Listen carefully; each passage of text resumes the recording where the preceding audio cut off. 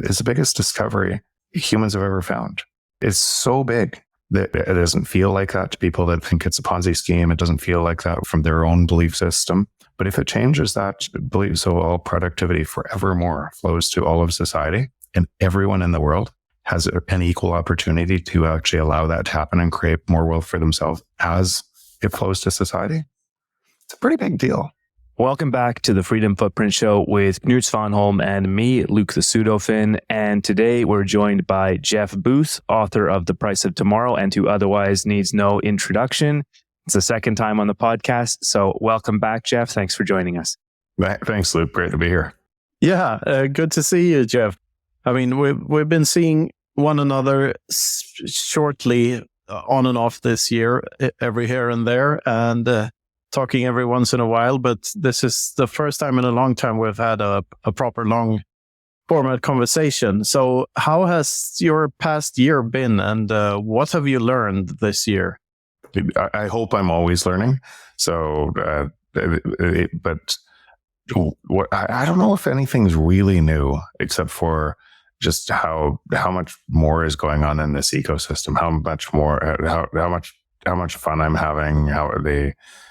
When you're spending your time in this ecosystem with all the entrepreneurs, measuring from Bitcoin, you don't see all the negative that's happening around the world, or you can see it. Like I can empathize with it, but it feels like I live just a totally different life.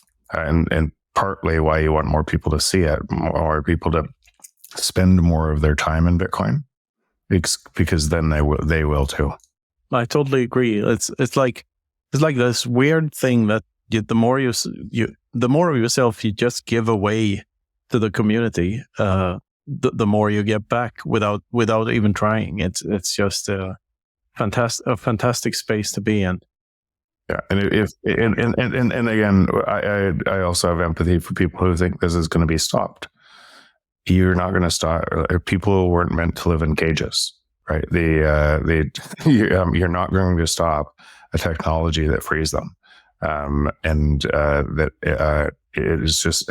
And I'm not saying that there's not going to be a whole bunch of wars against it and what's going to happen. I expect a long battle, but you can almost tune it out. The more time you spend working, advancing it, the faster it happens.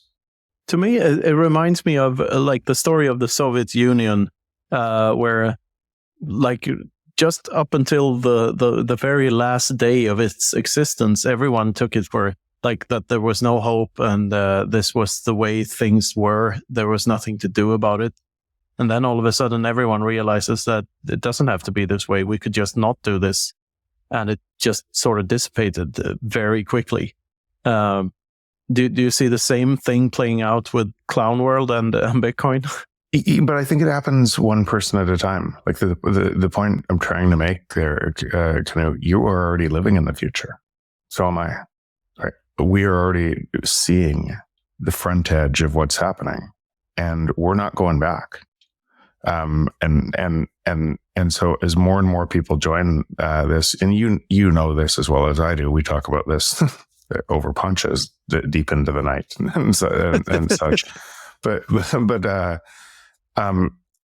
as people do that, they are nodes in this new system, and the new system gets stronger. And as the new system gets stronger, the existing system that had control over you and is capturing all of your thoughts and actions gets weaker.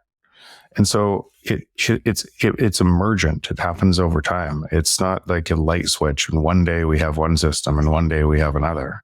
It's just emergent, and we control that the speed of that through our actions. Yeah, absolutely. So that brings us to because I sort of wanted to take this conversation into the deep stuff as soon as possible, because I know we're doing some fun things in Madeira this coming March. You're organizing half of the last day of the conference, if I'm correct. So the way we organized it is, so we put blocks together. That we could do deep dives, and the deep dive block I'm doing is, what does this look like after the transition? What does the future look like after this transition? Yes, because there's so much to think about there, and it's so weird. Like I don't think we've even scratched the surface of how weird the world looks like on a Bitcoin standard compared to now, and how much better it is. Weird or beautiful. I mean, weird in a beautiful way. Yes, not crazy weird, but good weird. Just the thought of when the totals, when all Bitcoins have been mined, there's no other way than in my mind, most Bitcoin stacks will shrink over time. There's just no way around that. Maybe a select few will go up, but it will be increasingly harder and harder to have black numbers on your balance sheet at all in Bitcoin terms. But your purchasing power can still go up. So this is a thought I had like a couple of years back. But can you see a scenario where you start a company not to make profit in Bitcoin terms, but to just, flatten the curve so that the decline of your stack is a bit slower. So your purchasing power is still going up because you started the business. But your Bitcoin stack is never increasing. It's just decreasing at a slower rate. Yeah, I think the concept is so foreign to people that you'd have to walk them through a little bit closer, right? And so walk them through the steps that get there. And by the way, that concept isn't foreign to me at all, because otherwise I wouldn't have started a venture capital fund investing on top of Bitcoin companies that are actually doing what you just described, right? So, let's walk through the why that's true. And prices. So in economics, prices fall to the marginal cost of production.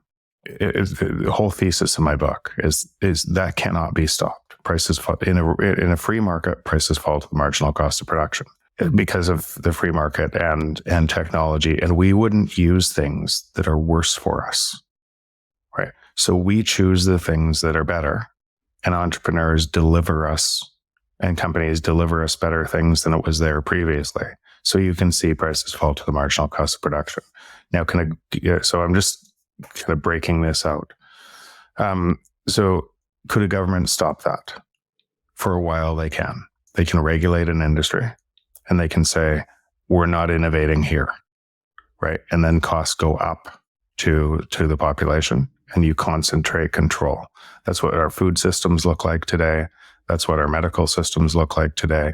That's what our money systems look like today. So you can slow it down, right? By doing that. But the competition still continues. And the competition still continues elsewhere in the world. And then your regulated monopoly turns into a giant eyesore and gets killed from somewhere else. So again, over a long enough time horizon, prices fall to the marginal cost of production. Okay, so stay there. Now go to the next concept. We have exponentially rising productivity. And so what is the marginal cost of production of a line of code? Because you use it in your calculator, right? It's free. You used to pay for a calculator. Now you don't. And that's why. Now what's the marginal cost of production for a line of code created by the other lines of code? Free. And that's why you'll see AI continuing to give you more and falling in price the entire time. Explosion of price, giving more and more productivity, and there's no moat. Why do you think all the large companies are trying to create regulation and fear around AI? Because it's the only way to give them a moat. And so the fear comes from a whole bunch of people that are scared of losing their jobs. So you can create, we got to protect this for you, so we can create a bigger monopoly.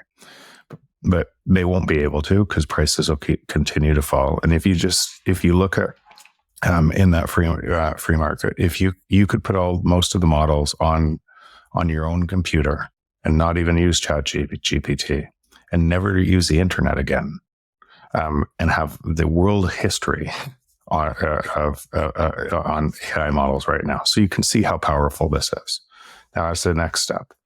What about when that moves into machines, which it will in the next 2, 3, 5 years? And those machines are capable of having what you're seeing in 10 times, 100 times what ChatGPT can do today. in a machine that can do everything. So you have to ask these questions, right? Marginal cost of production continues to fall exponentially. Now, as a result of those two things, then prices should be falling to free everywhere. We wouldn't need all the useless jobs, and we wouldn't, if we lost our job, we wouldn't need the government handouts to pay us more to keep prices higher. Because things, just like you don't have to pay for oxygen today, prices would continue to fall by the free market at an exponential rate. Now, then you have to ask, what could measure that? And the only thing that could measure that is a system outside of the existing system without counterparty risk, right? That is 21 million capped and can't be centralized or controlled. So you come to a pretty easy thesis, right? You come to a pretty easy thing to understand. The thing that would be showing me prices falling to the marginal cost of production is Bitcoin. And everything else that people are measuring in the world is describing a manipulated world, because it has to manipulate to make prices rise in the system we're talking about. Now you have to go to the next step. And so that's where I spent a ton of time. If Bitcoin stays decentralized and secure, what we just described is inevitable. No matter what will happen. No matter what. It might take a longer time horizon. People might be confused. People might price from a fiat. They might think their house is going up because they're measuring in fiat. They might think Bitcoin is going up because they're measuring Bitcoin in fiat. But what is actually happening is all prices are falling, as I just described. Everything. Which means purchasing power is going up forever if you're measuring in Bitcoin. And so I spent a ton of time trying to disprove my thesis, what I just described there. How could you kill Bitcoin? What would it look like? And I know you have to, Knut, I know you have to, Luke. And I know most hardcore Bitcoiner maxis, the psychopaths they call us, would be psychopaths because they've already done the work that they understand. This is not going to be centralized. It's not going to be secure. There's no goddamn way that it's going to change over 21 million coins.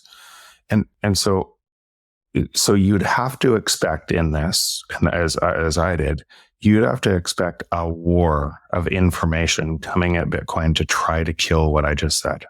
Because the system, it steals the power, the theft of the productivity. Because people sitting on top of the existing system are effectively stealing the productivity of the world. And if you're a bigger company, if you're an AI company, you're stealing it faster, right? You're literally stealing out of the existing system because inflation is theft. We don't vote for it. There is no free market when you can't vote for things that are that important in your life. There is no democracy. There is no democracy when you can't vote for things that are that important in your life. So it's based on the theft, because inflation is wage deflation, that is literally strip mining people, and they're voting for more of it because they don't know that money is so broken. It's concentrating in the biggest companies, biggest corporations in the world, and they're using regulation to make that happen faster. And they're combining with governments. Technology companies are combining with governments to surveil everything and make it faster. And so what would a system that has that much power at the top say about a system that takes it away and gives it back to the people? You'd have to expect every war on the planet. Really, you'd have to expect everything coming at Bitcoin, which I do, and which I realize there's nothing they're going to do, nothing that they can do, because through our nodes, they would have to find all of us individually, and they might find me, they might find you, but they're not going to find hundreds of thousands of nodes spread around the world connecting this thing and the free market driving it. Plus, the incentive that it gains now on the other side, forget the fear of what that would look like. The incentive on the other side driving it drives a massive incentive in favor of that productivity flowing to society in the form of lower prices and a free market. And you're just not going to stop that. Then now to the next step. That's why I started the ego death. right? To your thesis, what you just said, what would the world look like, and what would if you're investing in companies that are creating more Bitcoin by on top of a layer that was pricing everything else, the only thing in the world that could price everything else, then those companies creating Bitcoin returns by providing value you would have venture capital returns if you were good at that on top of Bitcoin, right? Because the companies are actually delivering way more people through the things that they're delivering. They're delivering way more people to the network, and they're getting paid in Bitcoin. And so then what would that look like? That would look like a lot of those companies over time would have to continually innovate, because the first thing that they delivered would then go to free, right? And then they would have to be in service of the because other people would compete with them. Like, look at wallets today. You can't get paid on a wallet. They're free. So you have to continually innovate. So then what would it look like if you're on venture capital in that type of company versus a venture type capital in a fiat company? In a fiat company, you can play all these stupid games and take control from the founder and everything else. In this type of system, you have to love the people you're working with, because you're going to be working with them for a long time. They're going to be changing their business. They're going to be iterating on the next thing. And so you have to think totally different about being a venture capital company inside of this system. These are not well understood processes. These are not well understood by most of the market. I would say these aren't really well understood by even most Bitcoiners. That they'll understand what would an honest system look like, right? They'll understand the high level because it favors cooperation, but they wouldn't go through all of the details of how it favors cooperation. And this is what I just described as one of the details in how it favors cooperation. And that leads us to what you already said. Of course, it's going to distribute over time, because the only way to gain more Bitcoin is to provide more value to society, and that more value to society over time is going to have its marginal cost of production go to zero. Yeah, it's wonderful. I've been thinking of the along the same lines, but I can't express it as eloquently as you. But the thesis, like I don't know if you saw that talk. I think I did back in Riga last year for the first time. But it's about how we Bitcoiners are incentivized to help one another succeed, because this is the simple pumping our bags thesis. Like we Okay. all want Bitcoin. We all want Bitcoin to succeed. How do we make that happen? We are awesome to other Bitcoiners, and we give them our time, our efforts, and our goods and services just because we want to see them succeed, for very egotistical reasons, because that helps pump our bags of like, if number go up, we all win. And we're also incentivized to help Bitcoin succeed in any way we can. And we're also on a sound money standard with deflationary money, we naturally adopt a lower time preference. So and just one thing I just wanted to tie in, because a lot of people say deflationary money. It's true, if you lose Bitcoins, it's a deflationary money, and so there's this part of that that's true, but mostly it's just a neutral currency that's measuring. It's a neutral money that's measuring deflation in society. Yeah. Deflationary is the wrong term. With money with a fixed supply, that's what we're saying. So on top of this, like you incentivize saving rather than spending, which is quality over quantity, all of that stuff. Which means that we have all the incentives in the world to help one another. So I see Bitcoin companies, like in the free market, you have, or in nature, you have catalytic biological competition, fang and claw.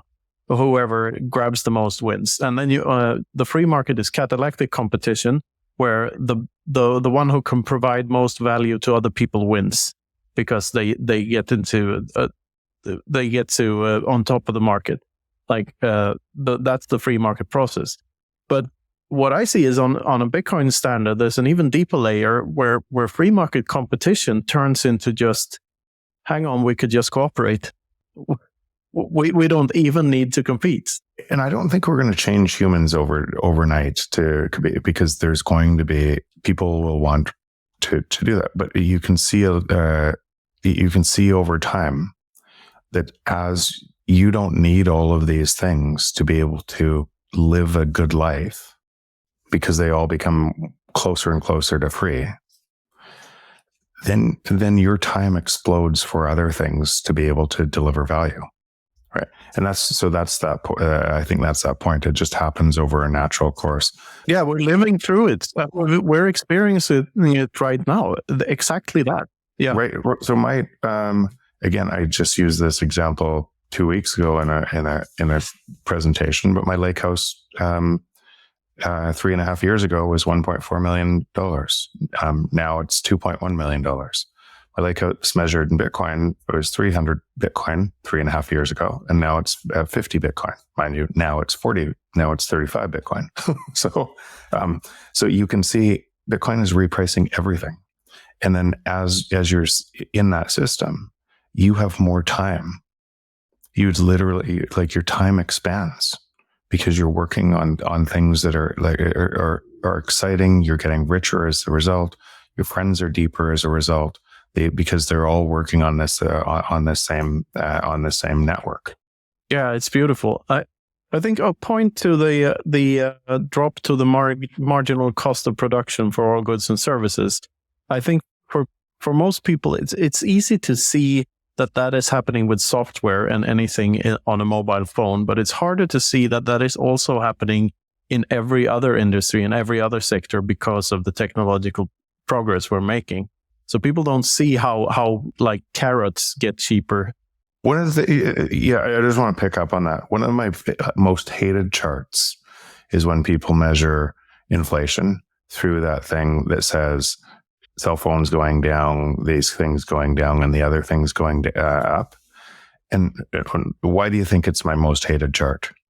Because it misses the point. Because those things are also going down. The actual energy going into making them is going down. What is going up is just their fictitious fiat price. Amen.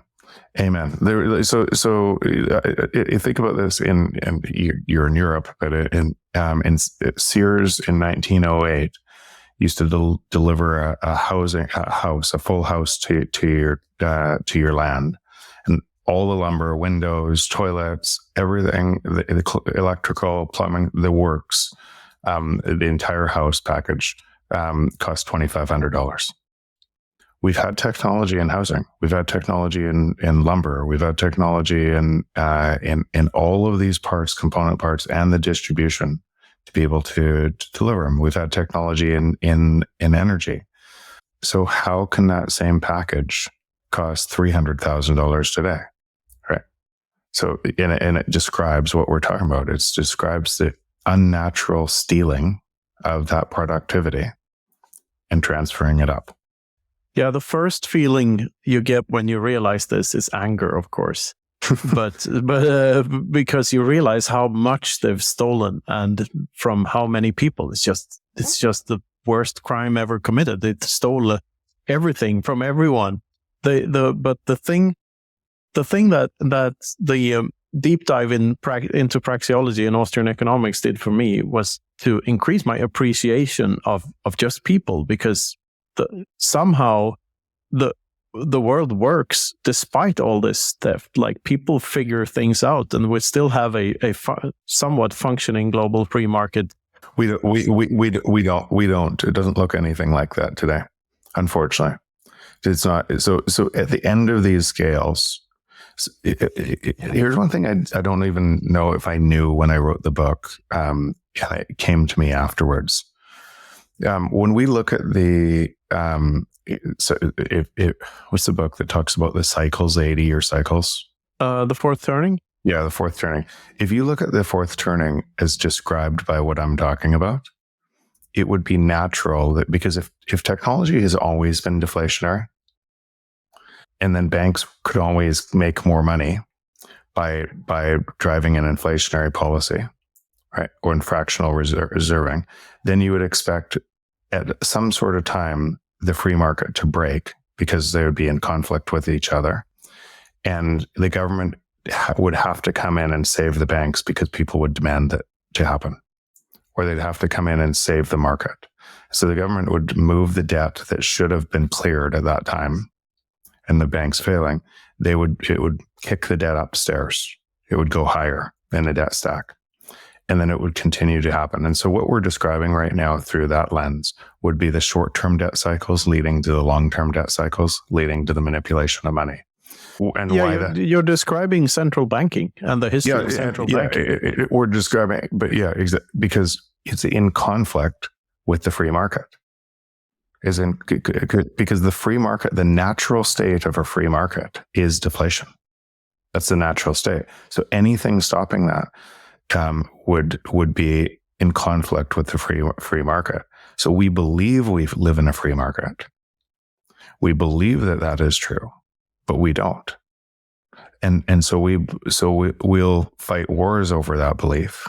We'll send more money to fight both sides of the war, to believe that our side is the right side. And if you looked at that zoomed out and country by country, then if you looked at the US or Canada or Europe, we're even the worst inside our countries are beneficiaries from the theft from Africa and South America at a greater level, right? Even your lower class here.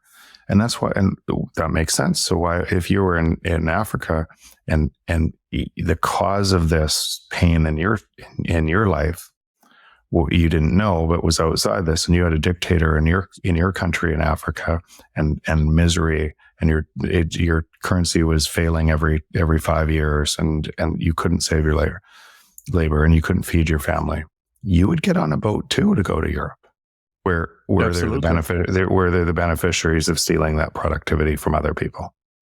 And so this flows around the world at a rate that we can't even comprehend. But we're within the system, and you and I are within the system that is stealing more of that, or I'd say I was until I started spending way more of my time in Bitcoin. But I grew up in a system that was stealing that productivity from elsewhere on the planet. Yeah. Don't get me wrong. I was just trying to make the point that there's not total war everywhere. Yeah, but at the end of these cycles, at the end of these cycles, there always is. The end of these cycles, there always is. That's how because people would rather believe. So think about what's happening today. Think about what the majority of humans are doing today. They're sticking their money in houses or tech companies because they want to be debased slower than everybody else. But those are also getting debased, right? But most people think that that's safe, and so they make it happen, and then prices rise of those companies, which would then concentrate more power. So our own incentives in the system that's destroying itself make that system stronger. It's so depressing. but it isn't. So again, you need to know it at a first principles level, because if you could say, okay, no, nothing Jeff said is true, or parts are true, but if what I just described is true all over, and then you understand human beings, what they would do in systems like that are both true and their own incentives, they're trying to. So you can see what people will do, what this rollout will look like. And how a lot of people will be trapped in the system, not knowing how much strength they're giving it by either complaining at it or giving it more power through their actions, or trying to save more money into that system. They're making it worse. So you need to know it. But now once you know it, and you have this new, open, decentralized, secure system that's emerging on the other side, now once you know it, all you have to do is walk across to the new system and start building there, and you see the polar opposite of what I'm talking about, that inversion. Yeah, of one divided by clown world. Yeah, yeah. The inverse of clown world. That's how I see it. All right. you might have noticed that we've recently partnered with Amber App. After our episode with Izzy, their CEO and our close friend, we knew we would have to partner with them in some way. If you haven't seen our episode with Izzy, definitely go check it out. You'll see why it's such a great fit. And honestly, they're following the orange glowing light like Izzy always says. And that's exactly what we try to do here at the Freedom Footprint Show. The big news about Amber App is that on Jan 3, 2024, they're going to be launching their version 2.0. I've seen some of the screenshots and it looks fantastic. They're going to be including a non-custodial on-chain wallet, an anonymous Lightning wallet, a Fiat wallet, and finally, it's going to be an exchange, of course. It's going to be just this super app. They're also going to be launching globally. Everyone's going to be able to use it. We're really excited about all that. Stay tuned with us and you'll hear all about it. And for now, check out their website, amber.app, and the episode with Izzy to find out more. Next up, Wasabi Wallet, the privacy by default, open source, non-custodial Bitcoin wallet with CoinJoin built in. It's the easy-to-use, comprehensive, affordable way to make your coins private. And the best part is they've been making huge improvements to the app.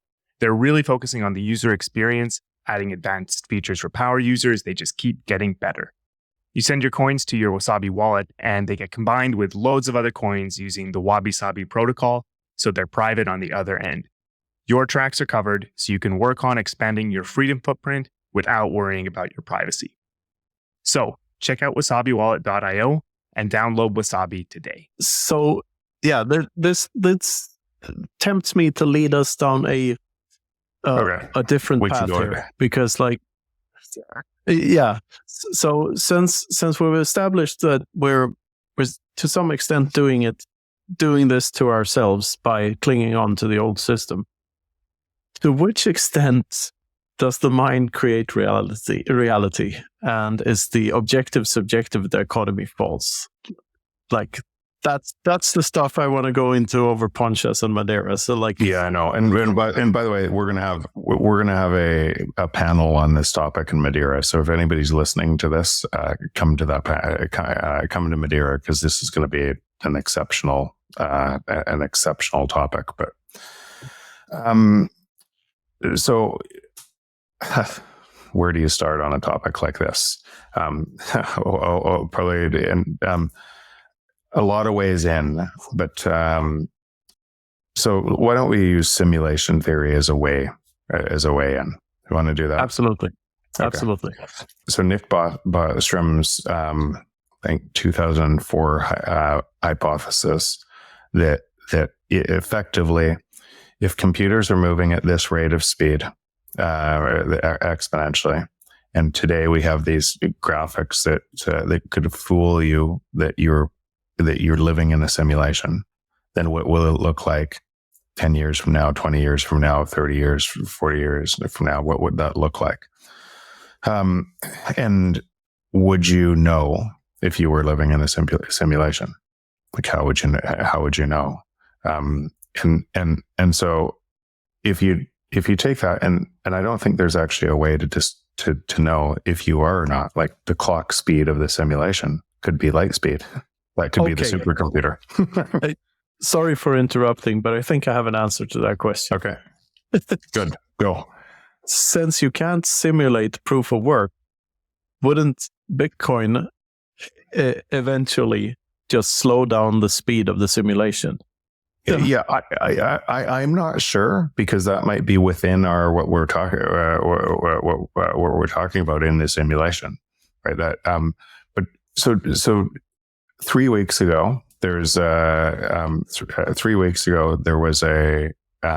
it's being worked on right now. I can't remember the name of the company, but they've actually put brain cells into a computer mechanism and feeding that computer mechanism to be able to speed up parallel processing in a crazy way, because our brains do it differently than computers. So they actually have feeding into brain cells into a computer to be able to drive to AI in a different way. So those brain cells, just like your own brain cells, right? Your brain cells are just energy, right? What you're seeing right now, what you're hearing right now, are form energy that's firing neurons that are firing synapses and neurons that are holding memories and such. So your brain cells themselves don't see the world like you think you see the world or hear the world. It's an electrical pulse that is seeing the world. So if you look at even right now where we are in technology, the brain cells in that box that are being fired by something else to be able to drive, do they know?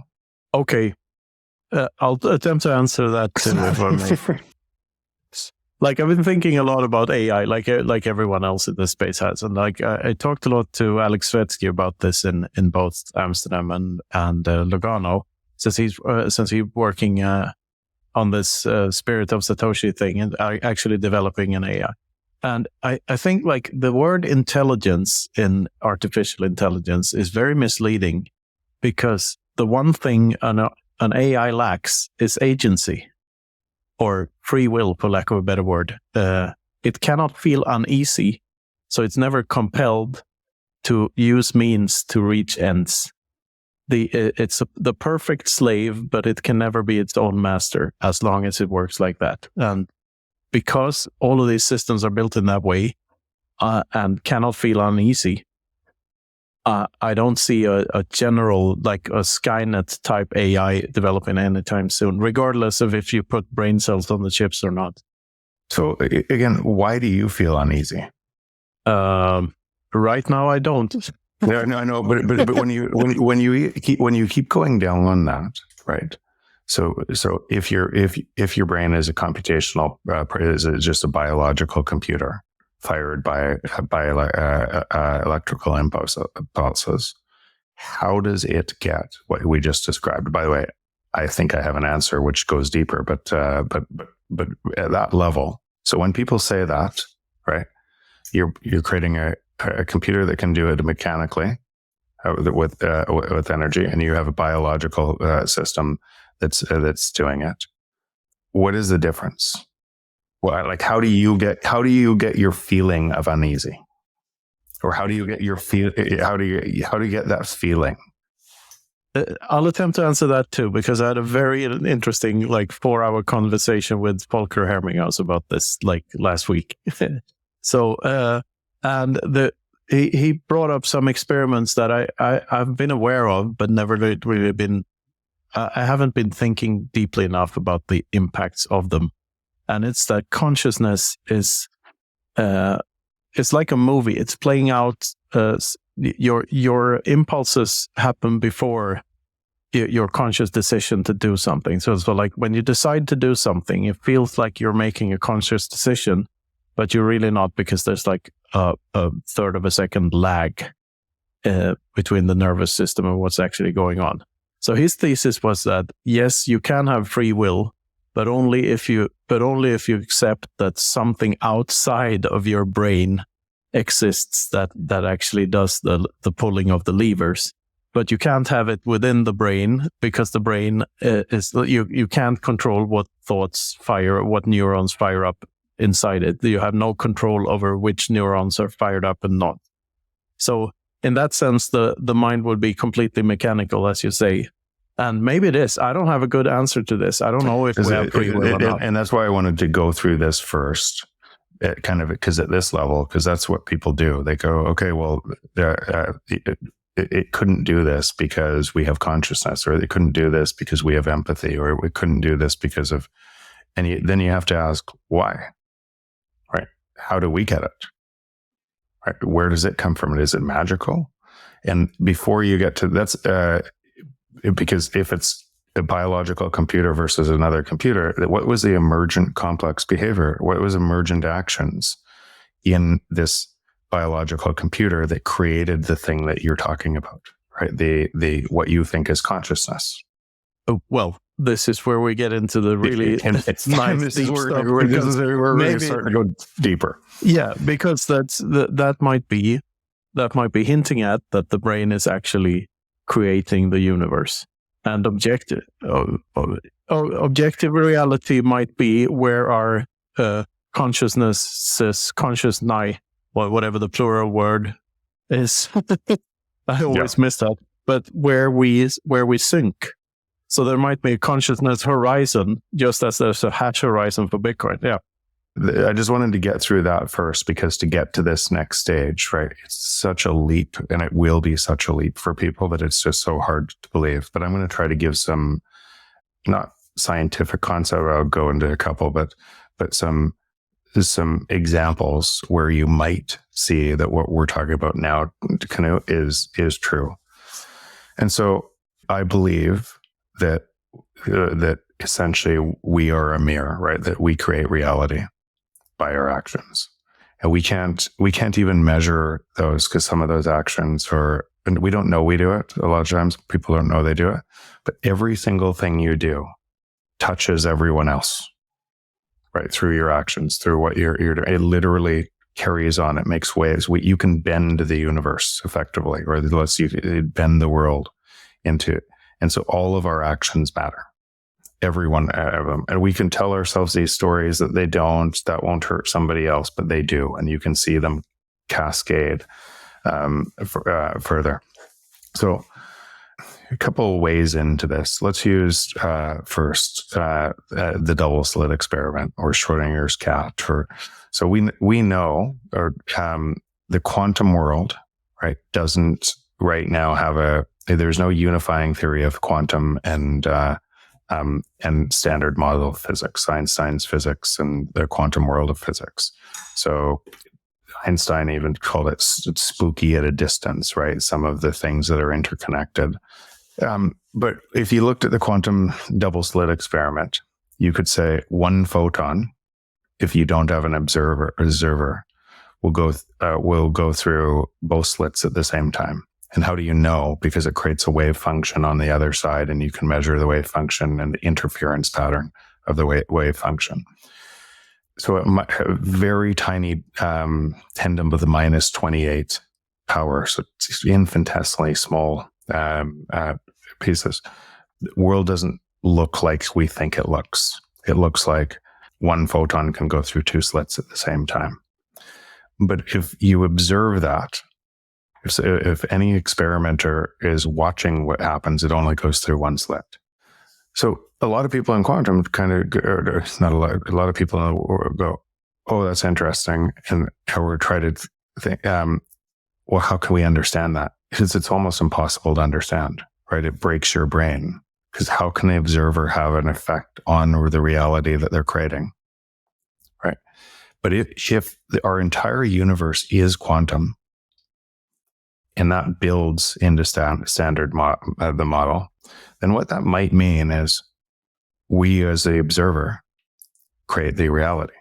We don't know we create the reality through that observation and what we see. And what that might mean is the same thing that you just said before, in that gap of a second before free will, that we see something, that we make a decision on that then creates reality.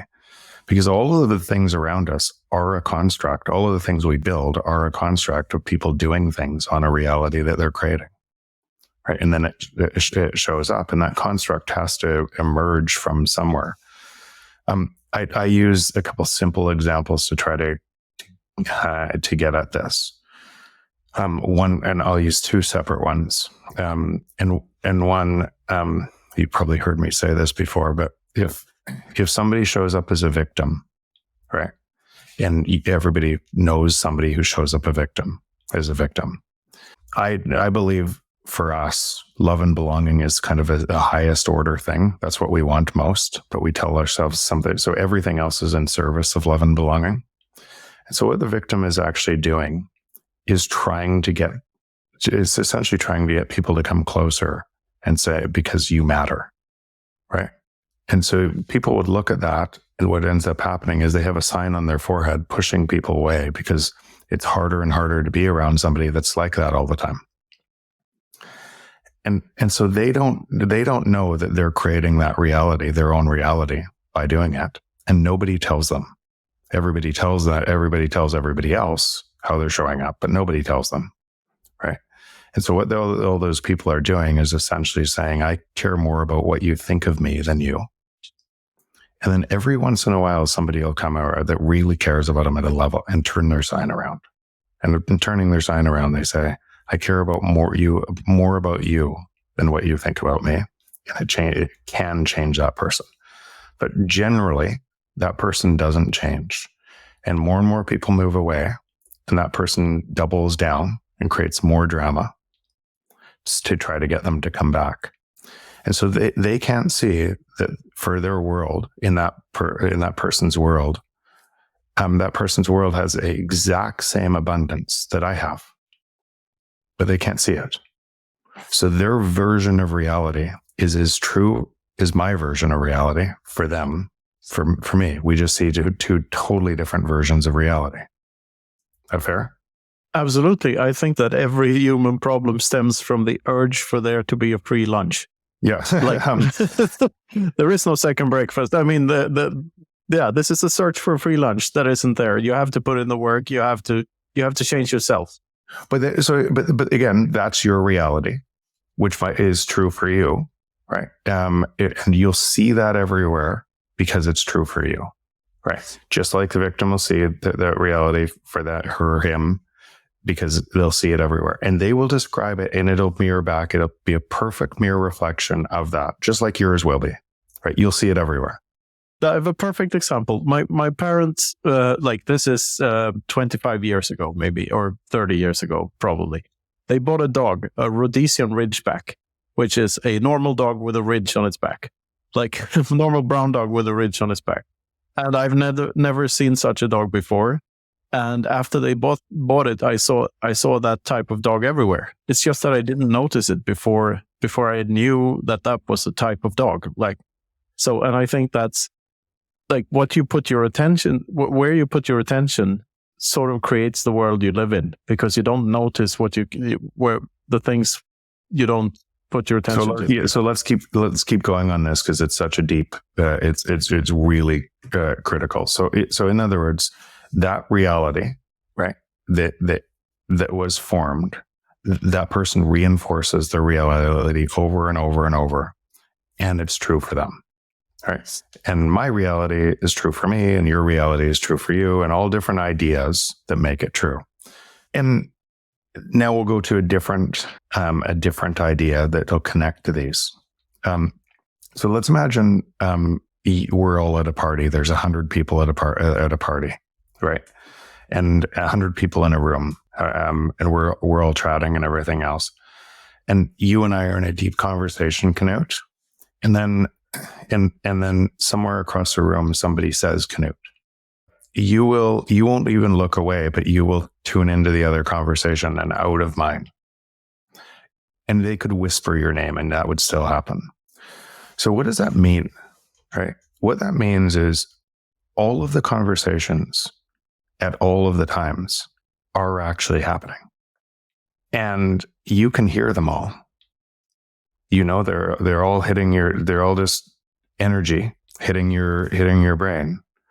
But you, as the observer, as the double slit experiment, are choosing, even whether you know it or not, by all of your previous actions, by all of your beliefs, are choosing which conversations to tune into.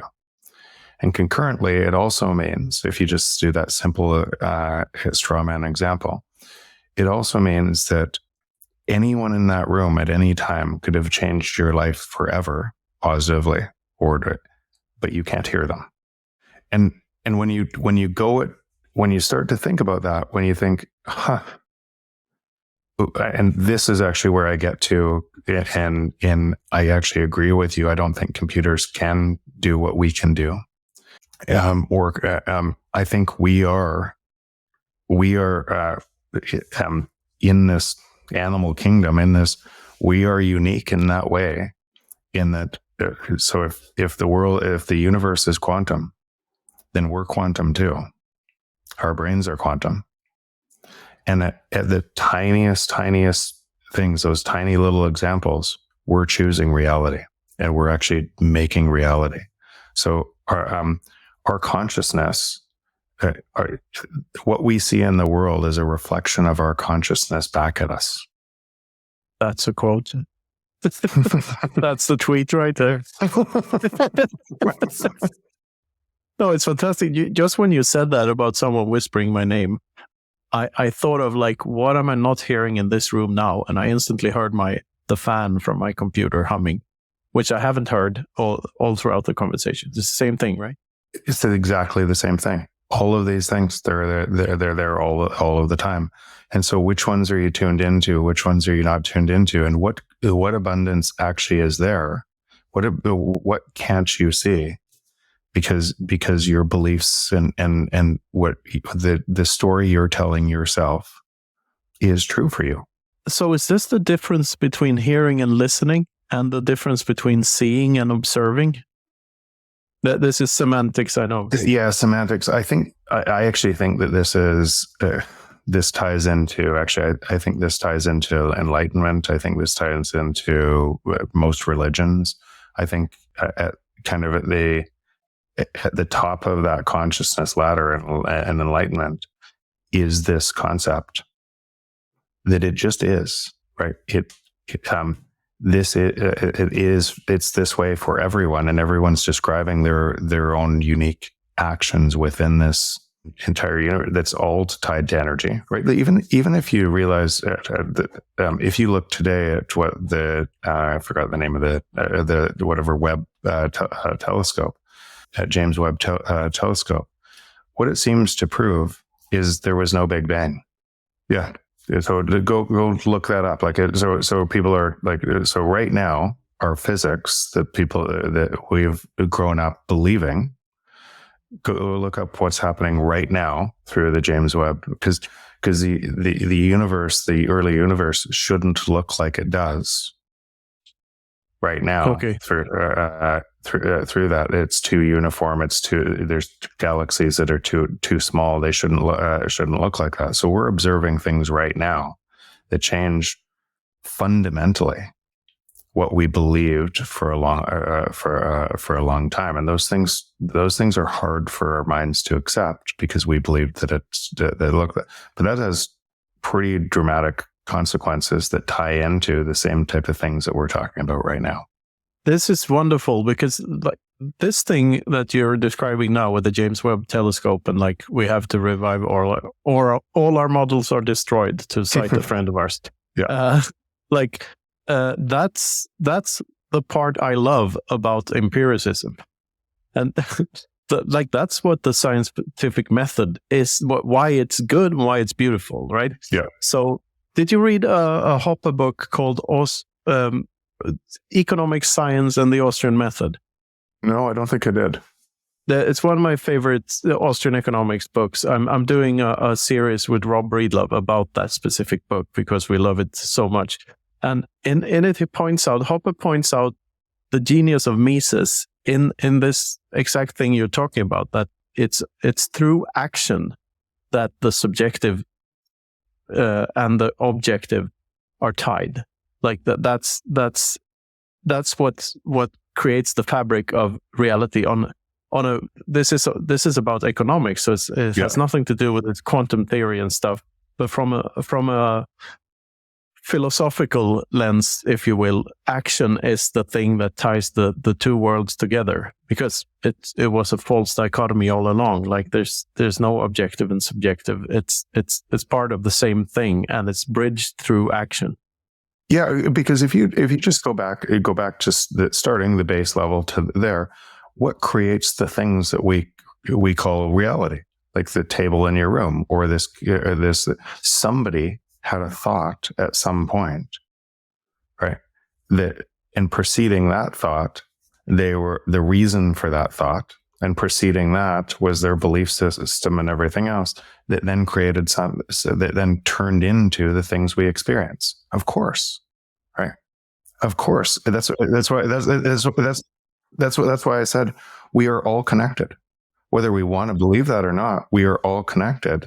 And when and this is where it ties to Bitcoin and rather strongly, when you're all connected on a layer like this, the possibilities for human progress, or what ends up happening, is so staggering, so mind numbing, that people stuck in the old system can't even they can't even begin to even think about them while you're stuck into this old system that's stealing your life energy. You can't even get there. And that's how when I look at my life, or when I look at what I'm doing and all of these things, I understand, I empathize with those people that are stuck there. Just like I empathize with other people who are stuck in different areas of their life. I'm just not stuck. Yeah, when I think about the connectedness of everything, I imagine not a blockchain, but an umbilical cord chain, all the way back to the first amoeba that I evolved from. So even the impulses of the one-celled organism led up to the table and the computer I'm talking to you through. And then think about this like I get goosebumps there, like literally right now, just saying feel it and but think about those actions touching other people and how much of a difference they can make in people's lives. Like you and I, Knut, I just called you while I was traveling up here around Europe. We'd known each other for years in this ecosystem. And I came, visited your family and spent time. We played guitar. An incredible evening. It's turned into a beautiful friendship. And to this conversation, then this type of conversation that then can go on and touch 10 people, 1 million people, 1 billion people. And it can, and they might not even know. It might be just the Knut at the party whispering a name. They might not even know that this conversation might have started them down a road of discovery that took them somewhere else. And then they touch way more people than we even had a chance to. We can't know that, which is the most beautiful thing about it. But our actions do matter. Yeah, it's truly mind-numbing, as you say, and goosebumpy. Just the thought of anyone listening is goosebumpy in itself. The show is also sponsored by Orange Pill app, the Bitcoin-only social network where you can stack friends who stack sats. You can connect with your favorite Bitcoiners on the app, make local connections, and even connect with Bitcoiners around the world. You can see what's going on in your local area and connect with Bitcoiners around you. I've been to multiple events organized on Orange Pill app, and they brought Bitcoiners together from all over. And now with group chat, it's easier than ever to stay in touch with all of your Bitcoin friends. The best part is that you know it's high signal. There's no spam on Orange Pill app because everyone pays to be there. So download Orange Pill app on Apple or Android, send me or Knut a DM, and start building your local network of Bitcoiners today. Next up, the Bitcoin Way. Their mission is to onboard, educate, and remove barriers to taking self-custody of your Bitcoin. They cover everything from cold wallets to nodes, no KYC Bitcoin purchases, inheritance planning, payments, and more. Whether you're new to Bitcoin or you're an experienced Bitcoiner looking to expand your freedom footprint, or you know someone who this sounds perfect for, the Bitcoin Way has something for you. They have a skilled team, well-versed in the Bitcoin space, and their goal is to make all the complexities of Bitcoin as straightforward as possible for everyone. And the best part is you can get started with a free 30-minute call with their team. Go to thebitcoinway.com/contact for more info. Our newest sponsor is Geyser. They are the portal to the creator economy on Bitcoin. On Geyser, creators can monetize their work through their communities in a social and engaging way, and supporters can send sats to their favorite projects. Geyser has also recently integrated with Zaps and Podcasting 2.0, so every Zap sent to a Geyser address shows up on the Geyser page.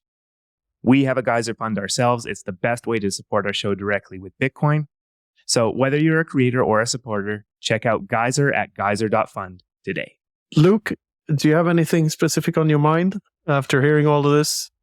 Yeah, and I feel like you passed it over to me at this particular point for a reason here.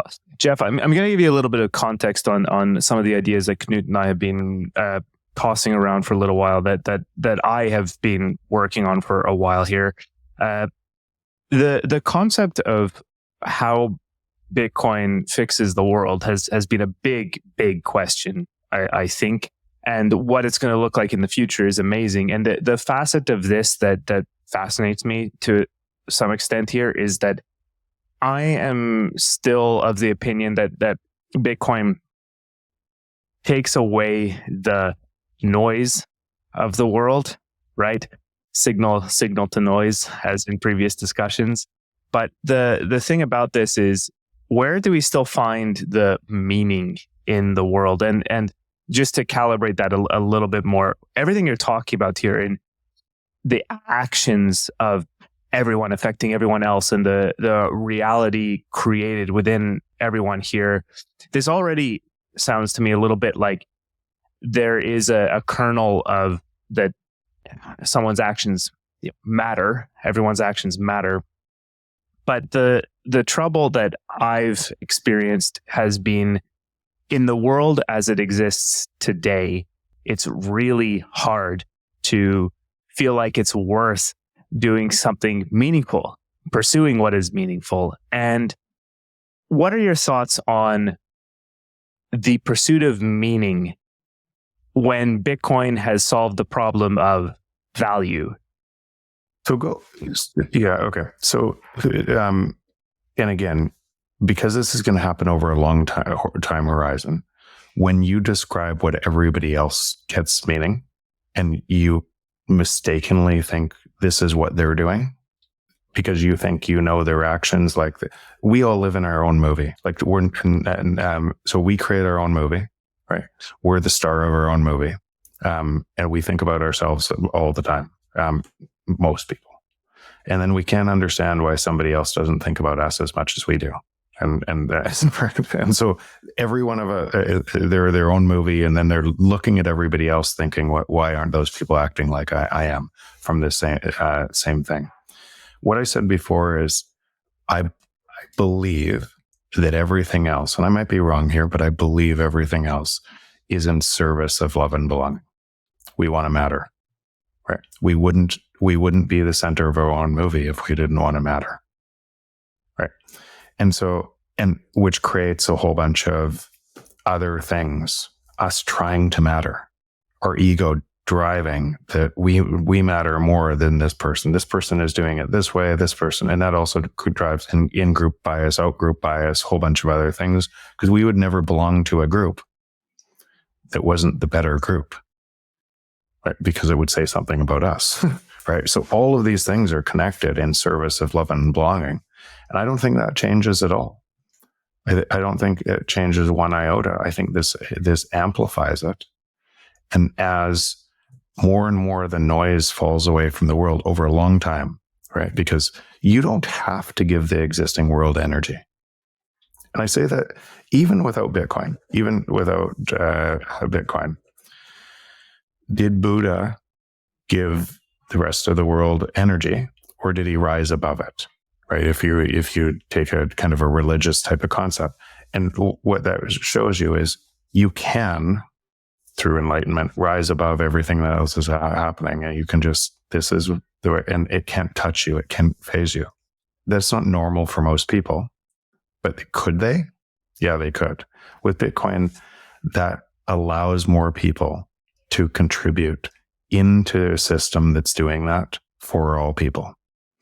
So I think over the long term, I think it's actually a rise of consciousness in the world that is precipitated from this, and it starts with operating on an honest chain, but that honest chain has implications for everything else in society and us. It has to, right?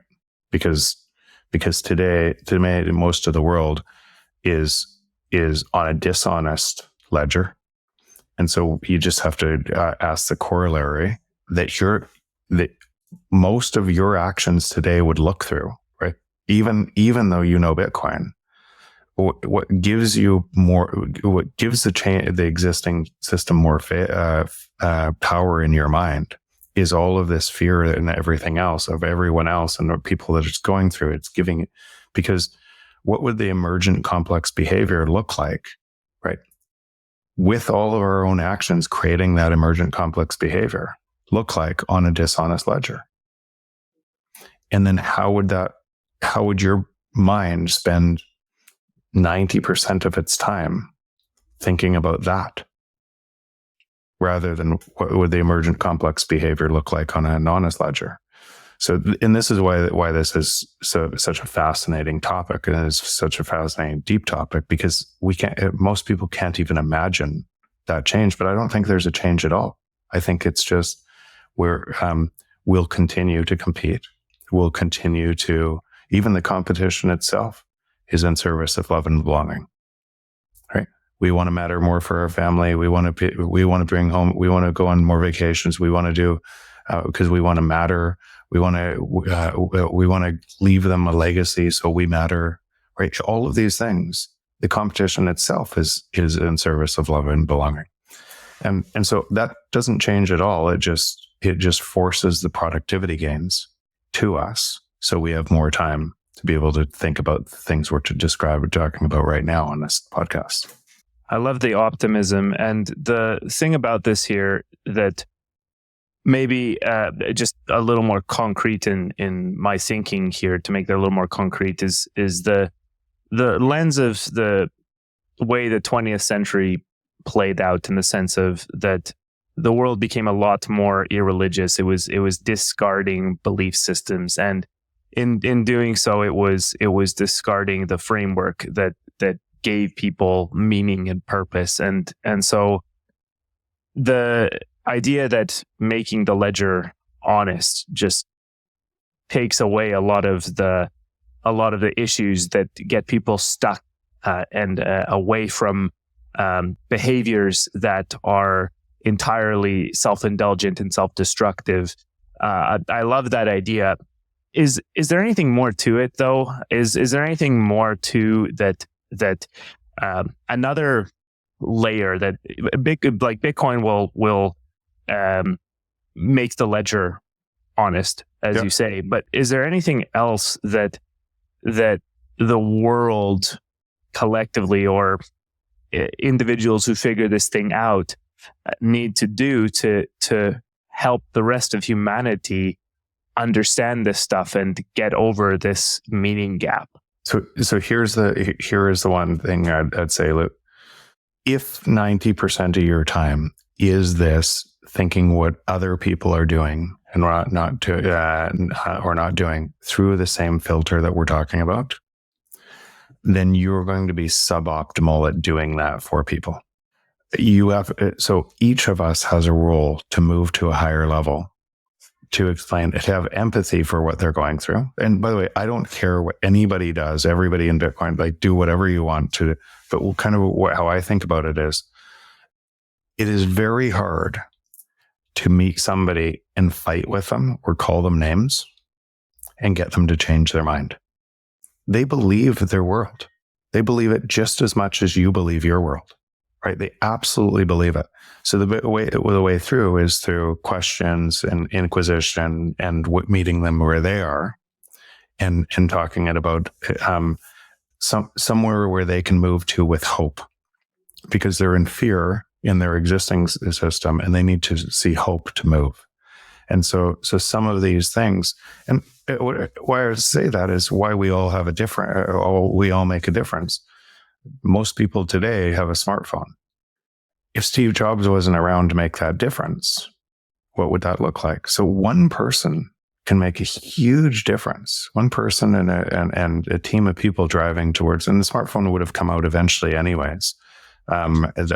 Somebody would have created it, even if it wasn't Steve Jobs. But we live in a reality.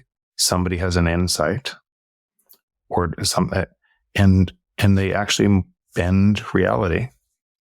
And then we all live in a new reality. That's what's happening right now. And the more and more of us that are moving to this new reality are bending reality in favor of human progress.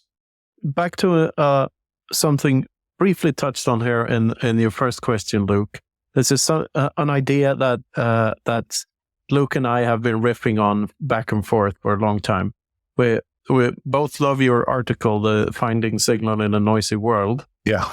But the latest thoughts we've had around that is like, hang on a minute, Bitcoin is not the signal. It's just code. It's just mathematics. It's just the greatest noise removal tool ever invented. Yeah. So what would you say to that? I totally agree.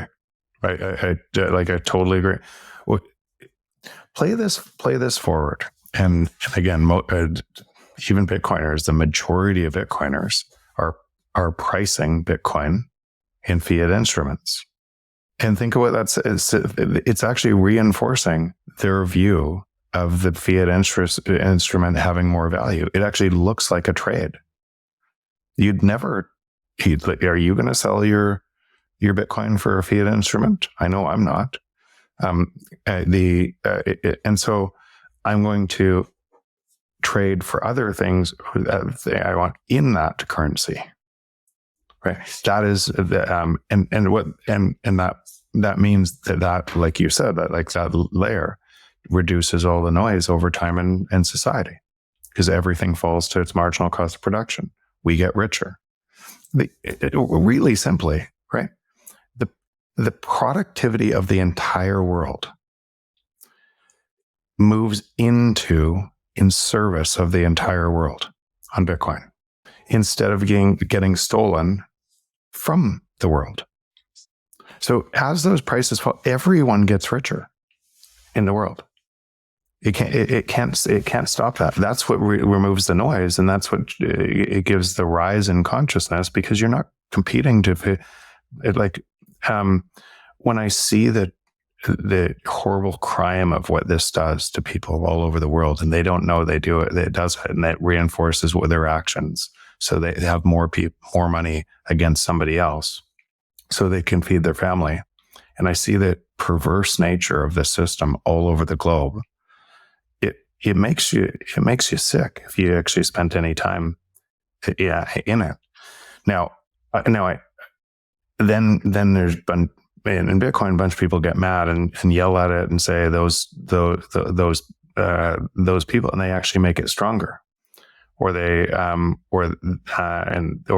hide all their money, or they protect all their money in the tech companies, and they make it stronger, and there's no way that they would allow the market to collapse and their houses to collapse by 90%. So they vote for more spending, more manipulation of money to make it stronger. So the system from the system is going to get worse and worse and worse. And most people, including some Bitcoiners, are making it stronger as well, through their actions. And there is no escape from that system making the world worse. But you don't have to live in it. You could spend more and more of your time in the new system, and you're going to find all sorts of incredible talent, people building just the new rails of a peer-to-peer economy. On top of this, that the productive force of all society moves to all society, and it doesn't care where you are. You could be in Ghana, you could be in Malawi, you could be anywhere, and you can create value on this new system without it asking anyone. Yeah, 100%. That's why we're here. That's why we're having these conversations, to make this happen faster. Well, yeah, maybe even just to kind of clarify the last point slightly, like the last thing that I still really don't get past from Bitcoin as the noise remover at that level is that there are still other ideas that I think need to propagate in the world other than Bitcoin, right? And I guess the only point on that is more like the work isn't done when Bitcoin. When the future in the Hyperbitcoinized world happens, the work isn't done, right? It's never done, because we always are looking at the next step and the next step. The difference is the productivity flows to us instead of away from us, and we free ourselves from the binds that chain us, because the productivity flows through us to us. That's it. But we'll constantly, like forever, find new ideas, but you won't be forced on it. You won't be on a treadmill that all of that is moving away from humanity. It'll be moving to you. Look at it this way, Luke. Bitcoin is not a threat to civilized society. It is the beginning of civilized society. Yeah, I didn't mean to imply anything like that. It's just more like keeping in mind the way that society has moved forward. I guess the entire era of fiat money is a bit of a No, a blip would be putting it lightly, right? A real bump in the road. And it's not just that. That's why this is such a big, but for me too, as I went down this and essentially tried to disprove my theory, right? Why this would be such a big deal, because all of the history books we read, all of the books, like I read a lot of books, read a lot of history books, but they all have this error code in them, not just fiat money, gold money. The error code is, if you could control money, if you were higher in money, you stole the productivity from everyone else, because the market forever is the free market forever is deflationary. So all of our history code, our history has this error in it, because we would go to wars to be able to control money. Right, we would go towards to be able to steal money, and this, if it truly stays decentralized and secure, which I think is inevitable, as long as we make that happen, it changes that error code, and it's the biggest discovery humans have ever found, because it's so big that it doesn't feel like that to people that think it's a Ponzi scheme. It doesn't feel like that from their own belief system. But if it changes that belief, so all productivity forevermore flows to all of society, and everyone in the world has an equal opportunity to actually allow that to happen and create more wealth for themselves as it flows to society, it's a pretty big deal. So back to this ego death and being the protagonist of your own movie, and that everyone sees themselves as a protagonist. Like, how do you get away from that? Does it help to see yourself as a comic relief side character instead of the protagonist? Is that dropping your ego? Yeah. So I really try to, for myself, and I try to check my ego all the time. It's not about me, right? It really isn't. And a lot of these lessons, I described some, the victim, that party example. Those are examples that I've come to in my own life to be able to find the things in me that were holding back my world. That's the truth is, I'm just describing some of my own path to be able to get to lessons that went, because I used to think, okay, if the victim is doing this and they can't see it, and the billionaire who has no time for his family is doing it, they can't see it, and this other person is doing it, you can't see it for their own reasons, whatever, and it was all in service of love and belonging, then I must be too, because I'm only human too. All right. And what would that look like? And what I realized is I would take credit for everything that was good in my life, just like they would. And I would actually make it bigger, right? And anything that was bad was happening, it had to be somebody else's fault, because it couldn't be me.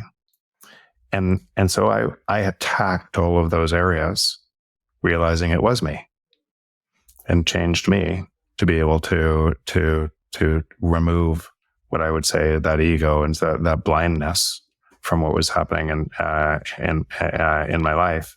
And as I removed them, they were huge kind of 0 to 1 type moments for myself, because everything got easier.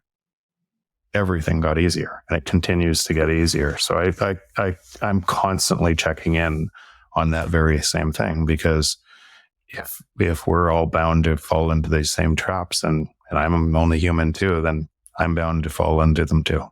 It sounds very familiar to what I've been going through the last couple of years here. I mean, it's so powerful, and it reminds me a lot of Stoicism. Like, would you describe it as Stoicism? Like, is this Stoicism? And again, that's why I say Stoicism, Enlightenment, some of these different, I think some of these things, and I've read a lot on these various different topics, and I think they're all different descriptions of some of the same type of thing. And if that word or that frame of reference is the frame of reference you want to use to be able to get here, then great. But I think it's I do believe that some of these things are, yes, they're connected. Let's pull on that string a bit further.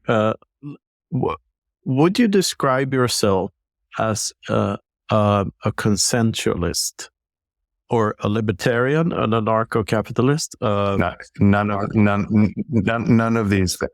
None of these things. So when somebody says, when somebody puts you in a label, they're immediately describing. So you get put into a box, and they're describing your view of or their view of you through their lens. I hate boxes. I'm an entrepreneur. Like, you put me in a box, I want to, as soon as somebody is in this narrow box and trying to define a person by this narrow, this means you're this, I want to scream, right? I want to look elsewhere. In fact, same thing I did with my book, same thing I did with Bitcoin. I want to prove the other side. I want to take the other side and try to fight to make. And then once I understand it on both sides of both issues, I want to come back to understand my own place in it. What do I want to do? Capitalism. Today, when people talk about capitalism or socialism, they don't have a fucking clue, right? So like they're and honestly, like these words are so misused to describe, to drive people apart. And so no, I can't stand labels.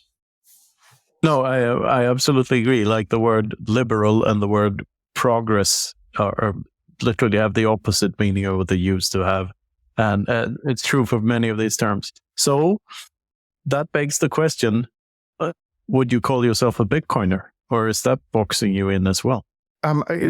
So I would call myself a Bitcoiner, and I would call but probably what is not that? So, and again, a lot of what we just described is why. Do I come across as a Bitcoiner in the way that I'm yelling at, because somebody else would have a different view of what a Bitcoiner is, right? So to my friends, to my friends outside of Bitcoin, a lot of them don't even know, right? They know, we'll chat about the other things. I'll meet them where they're, I could care less whether I want them to be here. I want them to understand, but like, I've had friends since, like, a lot of friends since 4 years old, and really good friends, like incredible friends that still aren't all the way here yet. So I don't know what it means when you say, call yourself a Bitcoiner, because I'm also this person. I'm also this person. I show up as this person, the same person all the time, but it's not one box. Just messing. Well, so have you given up on these old friends, or? No, that's kind of what I'm getting at. I love them to death.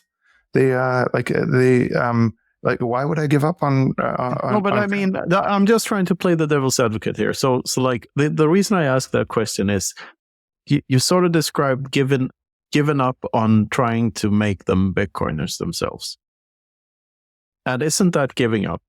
No. So if you see something in somebody else that they can't see, right? Then my obligation from my, at least what I'd say, I would say almost never. I don't want to say never, because even sometimes I'll catch myself, but so close to never. I was saying never talk about people behind their back in a negative way. Never, almost never. And when that happens, I just kind of tune out. I move away, but I will always tell somebody one-on-one, and I'll turn their sign around. And as a result, I have a staggering amount of time. People think I must be busy all the time. I feel like I have the most time. I have the most time and because I only spend it with people I really care about. But my obligation is not to make them change. My obligation is for my own integrity to tell them. So I don't talk behind it. But if they want to stay where they are, and I still like them, and they still a whole bunch of other stuff that then they don't have to change for me. My obligation says is I won't talk about them behind their back. My obligation is I need to tell them, right? When you think about many conversations with you and I, Knut, right? Some of the deeper conversations, right? That's what it looks like to be a friend. That's what it looks like to care about somebody else. And that's and sometimes in that, it drives such a bond, and they do the same thing for you. And when you're doing that, those people care about you too. And you end up having like 100x more time because you're spending it valuably. Yeah, I can relate totally. But I do, like, I hang out with my quote unquote normie friends less and less, just because there's simply harder and harder to find common ground of subjects to talk about. Yeah, so I don't at all. And I will say this. There's some people, though, in the Bitcoin space that have become, I would say, lifelong friends. And how fast that happens, and just like a massive connection, because we can talk about some of these things at a very deep level. Like and I'm spending more time now in helping entrepreneurs create theirs on what they think they're going to change the world in their own regard and top of Bitcoin, and I'm loving it. I'm spending more time in that because I love that. But no, I don't have the same thing at all with my normie friends that you just said. Not a bit. It could be that I'm spending most of the year abroad also. Like, I guess I would hang out with them more if I had been back in Sweden. And I do try to meet them like twice a year. Like, this close circle of close friends. But I do care for them as much as I used to. Absolutely. It's just that I find it harder to talk to them, since the more you move into the future yourself, and the more you move into this completely different set of ideas and different way of viewing the world than what they're used to, the harder it gets to like communicate on the same level, like finding something common to. So you end up having more shallow conversations, like about the weather and how's your car doing. But if you just replace if you take Bitcoin out and you talk about some of the conversations we had on this podcast, right, without Bitcoin, right, they were deep conversations without Bitcoin, right, that could impact you. And so, yeah. Anyways, I don't find, if it's just surface conversation all the time, if it's not like, none of my friends look like that, right? They just are. None of the people I spend now, some are tremendously fun and everything else, and they wouldn't go nearly as deep as this, and they know I would, but again, they're still lifelong friends. Yeah, I mean, every person is different, and like most of my old friends, like the people you meet in your youth, you keep being friends because you have a lot of history together, and they're fun to hang out with. And then people change over time, of course, but still. Here's what I think happens, and you can construct it. You can actually create I think in processes. I think first, what happens? How do I think in a process to be able to make this happen more often? So I think what happens is most relationships go through kind of a vulnerability based trust. And at the top of that pyramid would look like this. How are you doing it? Killing it. And nobody goes, there's no depth, right? And people in social media, a lot of them are up here thinking they have millions of friends, and it's nothing. It's no depth. And for vulnerability-based trust to exist, somebody has to go first. They have to show vulnerability. Some of what we're doing in this podcast is showing vulnerability, right? somebody has to go first. And then the other person on the other side of that agreement has to, or the relationship has to either, they're insane, I'm going to eject, or meet them and show vulnerability and go back and forth. And then it goes down. And then at the bottom, as you go down there, those people who would always be there for you forever. If you didn't see them for 10 years, they were right back in deep. Everyone has those relationships. How did they form? And they typically formed over an event, a time event, where you and the other person were going through a hard time, or a compressed time school, or any sort of group you were in, that you were compressed going through things, and it happened by chance, right? That vulnerability-based trust. You made a mistake, you found out who was there for you, and then down, and you got to the bottom, and you got those few people in your life. What if that's how it happens? If that's how it happens, and it happens in these time frames, and then those people stick for forever. Couldn't you make it happen all the time? Yeah, I was just about to say, I think you know where you're going with this. Like that's the argument for being vulnerable to everyone and just showing yourself as you are. You can make it happen anywhere in your life all the time, and you can just measure who sticks. And so and literally that's it. I just described this like it's that easy. It is that easy. And so what that looks like is if that's what I do everywhere, in every relationship, and what you do is, yes, sometimes along the way, some people will stab you in the back, and then they. But if you fear and you don't do that, most people are really generally great people.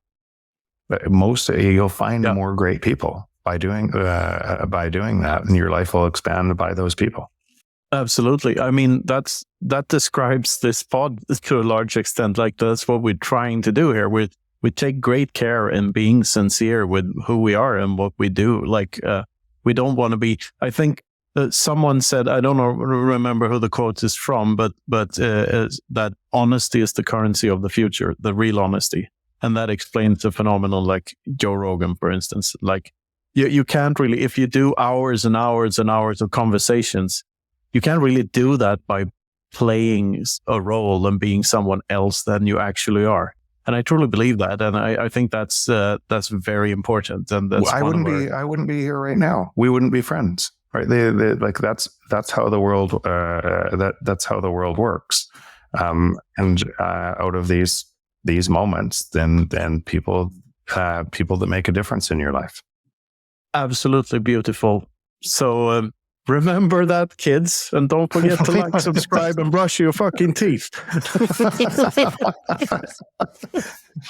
I think with that, we're definitely conscious of the time here a little bit, and maybe the last thing to just hit on a little bit after the nice deep conversation, maybe a little bit more about the fun event happening in the middle of the Atlantic Ocean in March. Yeah.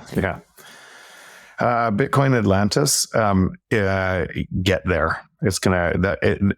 I'm really looking forward to it. I'm not looking at it, not just because I'm helping organize a block there, but we have some surprises there and some events there that are just going to be just incredible. And it's one of those conferences that I'm really looking forward to. I'm bringing my family, and I know a bunch of others are too.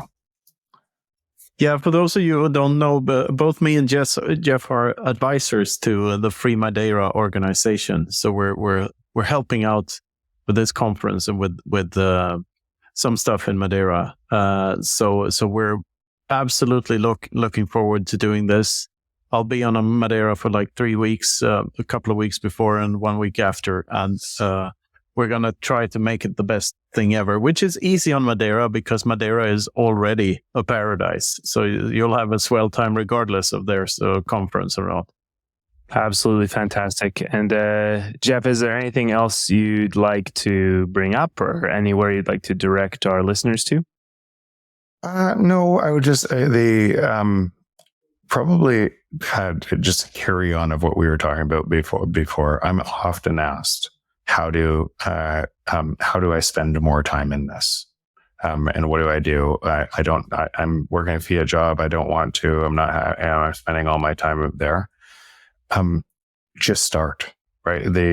I gave this advice 2 years ago to somebody that just asked me for coffee in Vancouver. I went for coffee, and she was stuck in her Fiat job and everything else. And I just said, it's an open network. I said, start meeting people, go to create content, do whatever you want in the thing, find the thing that you love in this, and find the people that you love, and it'll vibrate to it.